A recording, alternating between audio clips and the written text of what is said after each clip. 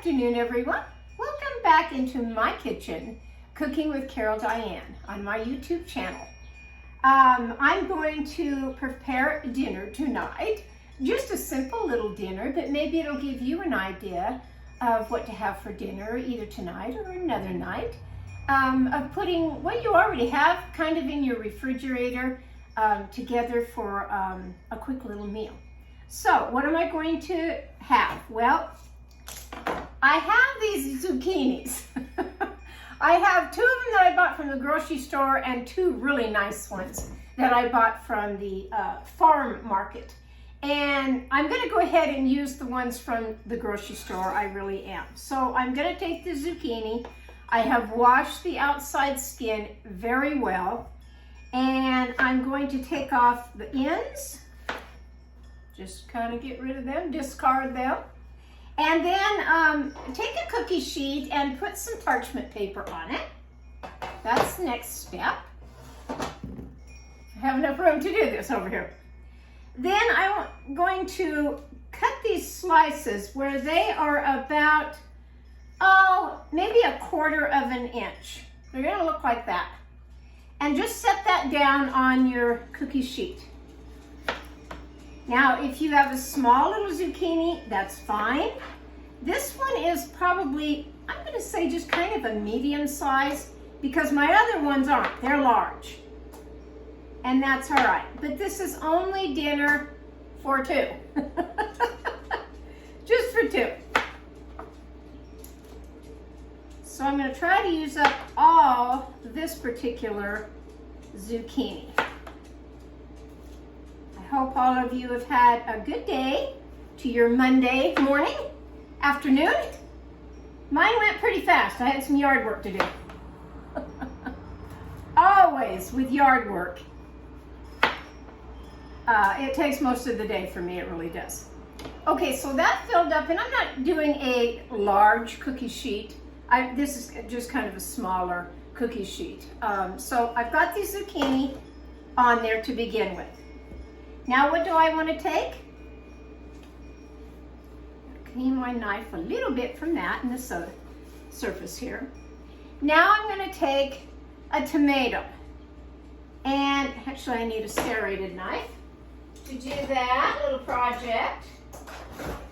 Just kind of works better with a serrated knife. Cut off the end piece, and then I'm going to take, and I'm going to put that tomato right on top of the zucchini like that. But before we get carried away, I just wanted to see how much would go on my cookie sheet. I'm actually going to put all of this in this little bowl right here. But I needed to see, well, how much of that zucchini am I going to cook tonight and what I'm not going to cook. Zucchini is great for a lot of different things, but it's really good for zucchini bread. I like it for that. I really do. Let's see. So if I count this, I've already done one. So 2, 3, 4, 5, 6, 7, 8, 9, 10, 11. I don't even have it even, do it. 11. So 1, 2, 3. I want to make sure I have, for all of them, 4, 5, maybe 6,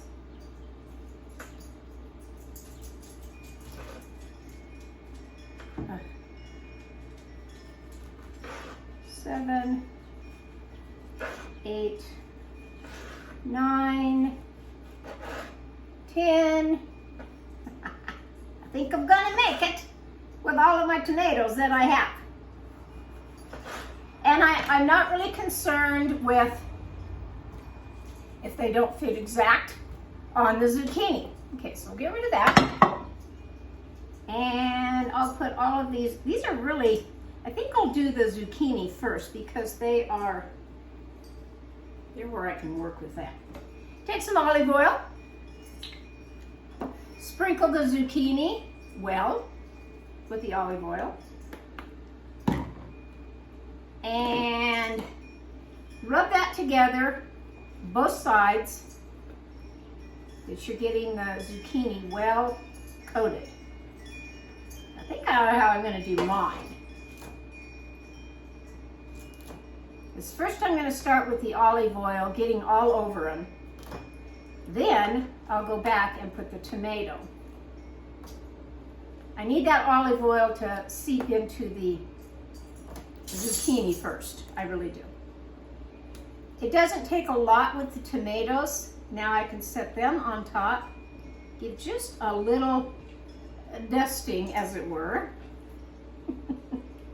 of the oil and put that on all of your zucchini. I said, I like zucchini. I like it any way you want to make it, really. I think it's good. Ah, forgot one, didn't I?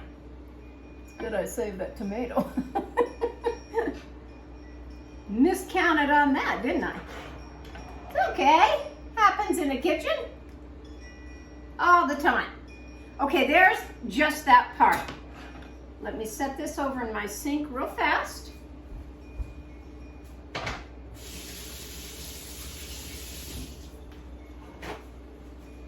Okay, next step. Now I want to add some flavor to this. So, what do I take? I'm going to take some Italian seasoning, and I like to get this stuff that's called Italian herb seasoning in the grinder, and I get it at Sam's Club, along with my salt and pepper that I usually get.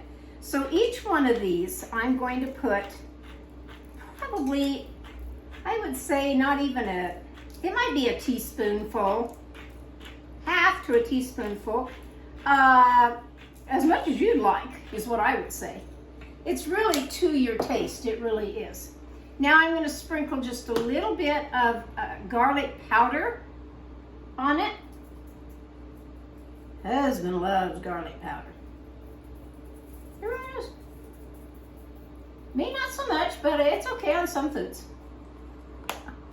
Now, because, spread these out just a little bit. Because my Italian seasoning, of which I did read on the back of it, does have salt and pepper in it, I'm only going to add just a tiny bit of this. Just a tiny bit. I mean, I like cracked pepper, I really do. Now, how simple was that? That's the vegetable for tonight. That's what we're going to have. Preheating my oven to 400 degrees. It's kind of cloudy off and on today, so I can have that oven on. I'm going to pop these in for a good, 12, 15 minutes of getting them nice and done. But I don't have to do that right away. My next step is the meat that I'm going to do, of which the rest of it is going in the oven. So I'm just going to set these aside for a minute, put them right over here. I did some beans this morning. I only had a few beans and I didn't want them to go to waste. I didn't want them to go bad on me. So I did can those this morning. That'll be another dinner that's really nice. Okay, now I'm on to my meat, so let me grab it and clean this mess up. I love making these videos where I always forget something. It's just the nature of who I am, I guess.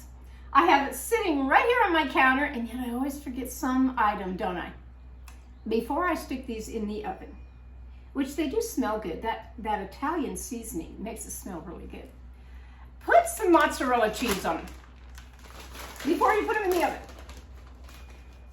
You can put any kind of cheese you really want, but there's just something about the mozzarella on the combination of these two items that really is good. You're gonna have to watch these in your oven. You don't want them to burn or anything, but you do want them to get nice and soft, you know, where you like them. I believe I forgot the cheese.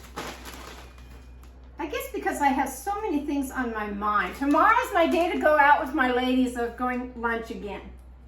And I have a couple things that I want to discuss with them and ask them. And I think that's been on my mind, I really do. Okay, now I'm going to set this over here and wait a few minutes because that's what I'm going to do. Now then, I was at Sam's just the other day, I love the meat section there at Sam's. Even though it is kind of costly, I do like the meat. And all that's great. I bought chicken that I really like the taste of. It came in packages that were where it's suction sealed, you know, they get all the air out and everything. And you just take a pair of scissors and you cut down the sack one way and then the other way. And there's two great big breasts in those sacks, and they're great. I'm gonna have to do a recipe with those because I've already eaten one package, and it's so tender and so nice. I really like that. These I bought of the big pork chops. I kind of think they were on sale that day. I really do. So I have here I have 4 in this one. Some of them I packed 4, some of them I packed 3. I'll put these on my little cutting board here. Right here. And I am going to take this and kind of get a little bit of that, just a little bit of blood that's on them off of there. Okay? Now, in my drawer of tricks, I think I have. I don't remember if I do, but I think I have. I have so many. I mean, my drawers are packed. This one will work just fine. Any kind of a meat tenderizer that you've got. All right. Oh, forgot how this one works. This one works this way, where it goes down like that. So I want to punch some holes in this one. Whatever kind of meat tenderizer you have.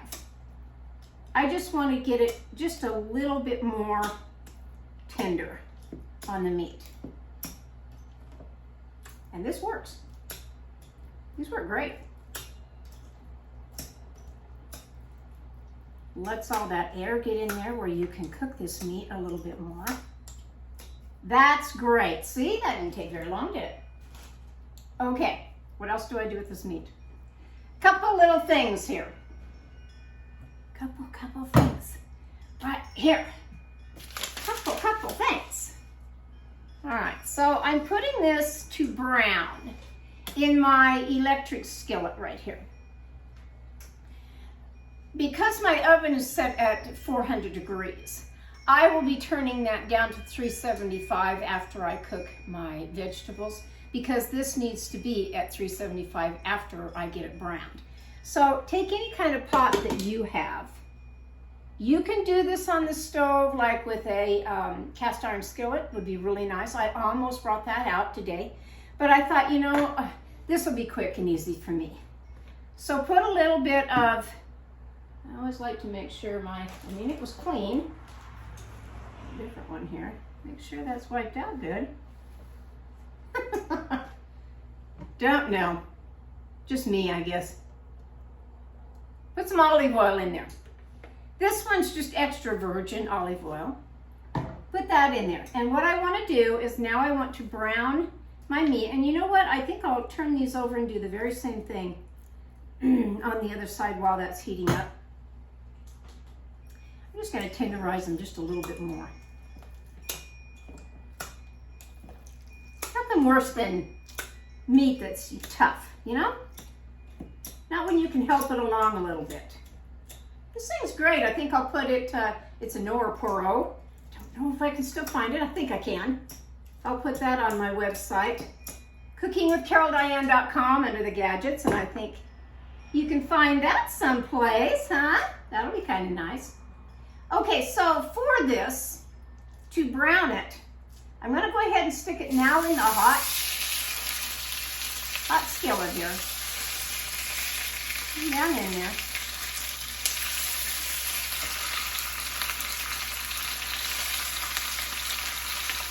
That'll be all right. And really all I want to do is sear them. Sear them on one side, sear them on the other side where they're nice and brown. They're going to finish cooking in the oven. So while that's doing that, clean this up, get back again. Okay, I am back to show that I turned 2 of them. Turn the other ones. They look real nice, just the way they are. But that's not the recipe. My grandmother would have stopped right there and said, okay, that's dinner tonight, some fried pork chops. Everything with one grandma was fried. Everything with the other grandma on my dad's side was boiled. It really was. Boiled, baked, or kind of grilled, which, yeah, is healthier eating, but I just remember the one grandma, oh my gosh, everything with her was fried. It was ridiculous. And pork chops was one of them. Okay, get a bowl. I have my bowl here. You're going to need a half of a cup of just regular, I use light brown sugar, I really do.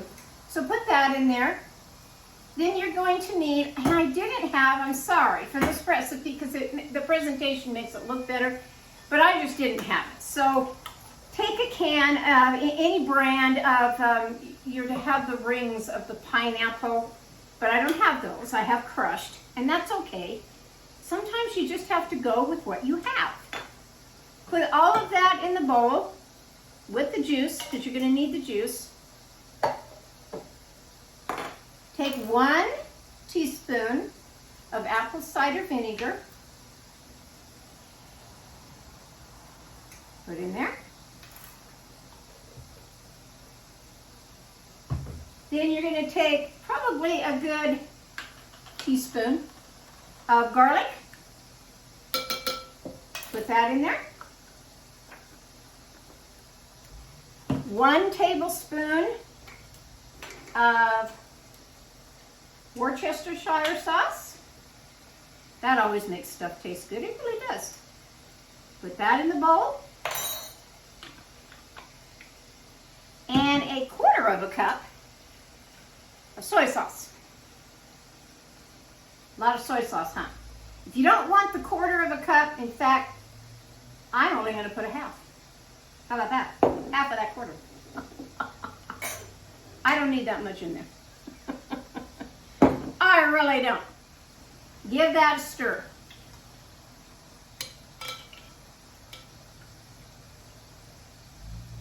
Add some salt and pepper. I like the ground salt and pepper. I really do. These are the ones I talk about that I get at Sam's Club. I just love them. I really do. This one's running a little low, but I have another one. That's going to be nice. That'll be real nice. Okay, we got all that in there, all the supplies in there of what I need.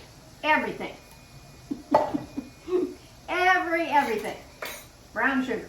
Got it all. Stirring it around. It wouldn't look like this if I'd had the rings, but that's okay. All right. Right now,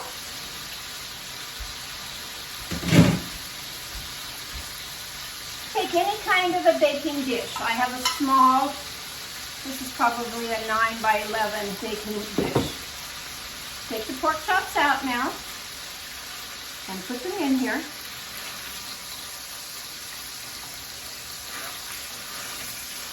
Whatever dish that you have that 4 pork chops will sit in there nicely. And mine do. They pretty much do. I don't care if they, pretty good. Very good, in fact. Just that part's very good. Let me set this hot sizzling skillet out of the way.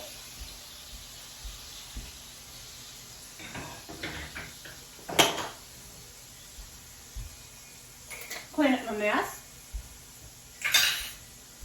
So you don't have to see all that. Now take this juice, and if you want to taste it to make sure, oh, that's really quite tasty. It really is. Now pour all of this onto your meat. And again, if I'd had, which sometimes I just don't in my house, if I'd had the pineapple rings. You just put one on each one of the pork chops and it looks really, really nice. Now, I'm gonna stick that in 400 degrees oven, 375 of an oven for about 20 minutes because I've browned the meat. Now I wanna cook everything and get it nice and hot, but I don't wanna overcook the pork. You know, you don't wanna undercook it either, but I don't wanna overcook it because there's nothing worse than tough pork. There really isn't. So this is gonna go in the oven. So is this here in just a few minutes. And then I'm going to get busy now and make some nice fluffy white mashed potatoes. Won't that be nice with all of this? I think so. I'll be right back. I'm going to pull out the vegetable to show you real fast what it looks like.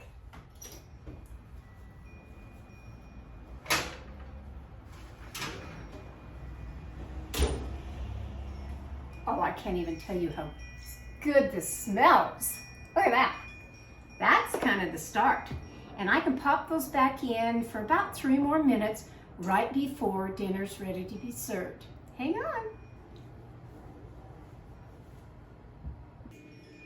Okay, here's where Diane's gonna cheat just a little bit tonight.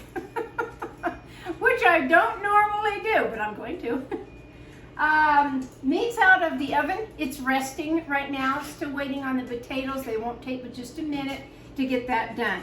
Gonna make me a little dessert. Simple. While I was at the fruit markets, one of them actually had this box of fruit cobbler mix, and I'm gonna try it. Louisiana fruit cobbler mix. So what do? I get a little pan like this, little 9x11 pan. That's all I'm gonna use. My oven is still on at 375, and that's great.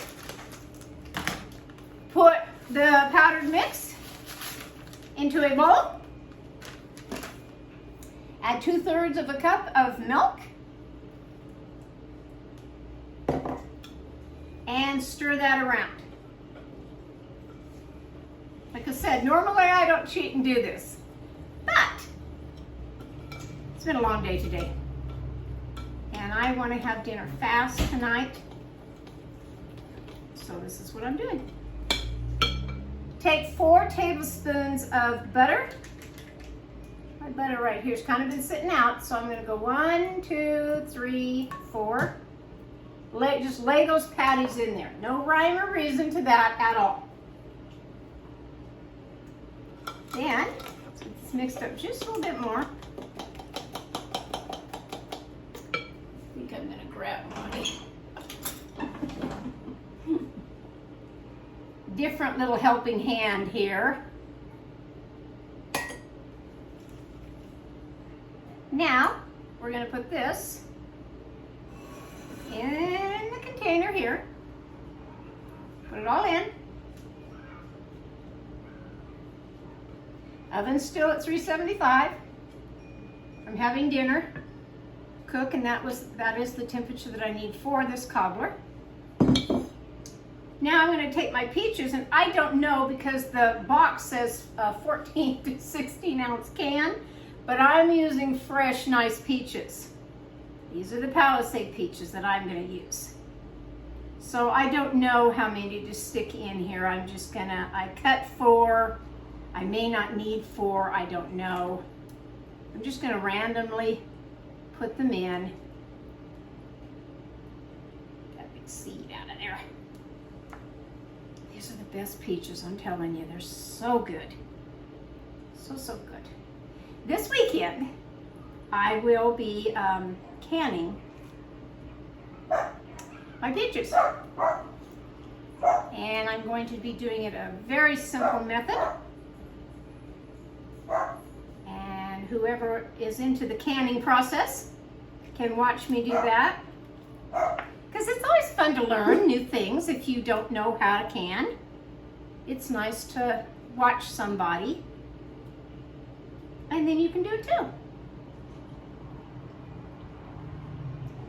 My new canner that I bought the other day, and I did tomatoes. It's okay, folks, but there was a couple of things, about 4 things that I wrote down that I wasn't too pleased with the canner about. And again, I'm really trying to, I'm trying to simplify my life, and I'm trying to do some things that my doctor told me. Slow down, Diane, do these things now. They aren't so hard on my body. I am gonna have to get away from this yard work one of these days. I'm gonna have to find me some kid to come over and do the yard work. So with that being said, that canner that I bought, the Nesco Carry Canner, had to me a couple of drawbacks. I mean, I said, yeah, it was nice and I might use it again, but I'm not going to. I'm gonna get clear away from lifting heavy pots of any kind, and that's one of them. Oh, do let me rinse my hands a minute.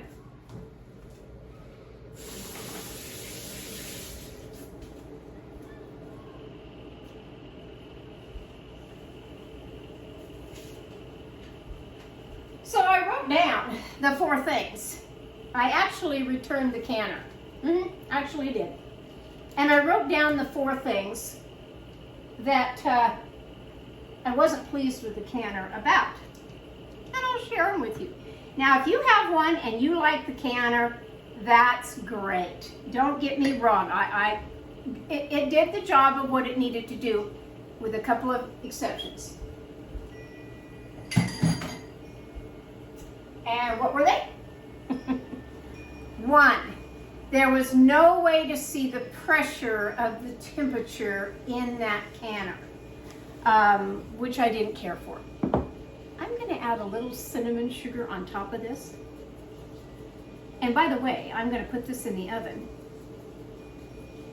and bake it for, the box says 40 to 45 minutes. So let me do that before I get sidetracked on that.